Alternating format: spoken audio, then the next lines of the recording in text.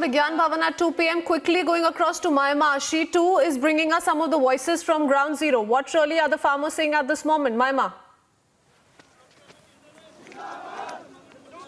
Well, Christine, you can clearly see the visuals that how the 40 union farmer leaders are all settled in the bus. While speaking to them, they clearly said that they're very hopeful as the government reached onto the 50% of the conclusion, and now the repealment and the MSP are the two major points that these people are looking forward onto. And you can clearly see the visuals that how the farmers have gathered here around the bus where the 40 farmer unions are present, where the government and the farmer unions have reached onto some kind of a common ground to resolve on the protesting farmers' concern.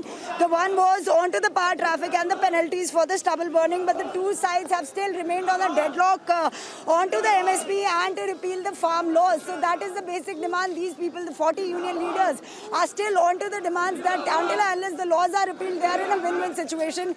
They will not move from this very particular point, that is the repealment of the laws. So correctly, you can clearly see the visuals that how the farmers have gathered here. They're sloganeering against the government.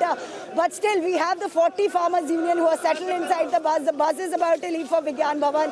They're really hopeful of the fact that today is the 7th round of the talks between the centre and the agitating farmers. We still have to wait till 2 o'clock that what will the government strategize and what will be the government strategy so that these farmers can, there's a deadlock that is onto the MSP and to repeal the 3 farm laws. So what kind of a strategy will the government bring onto the table to these farmers so that they agree onto any kind of a common ground? But here the ground reality at the Singhu border is that the farmers are here of the view that until and unless the laws are repealed, they are definitely not going to take any step back.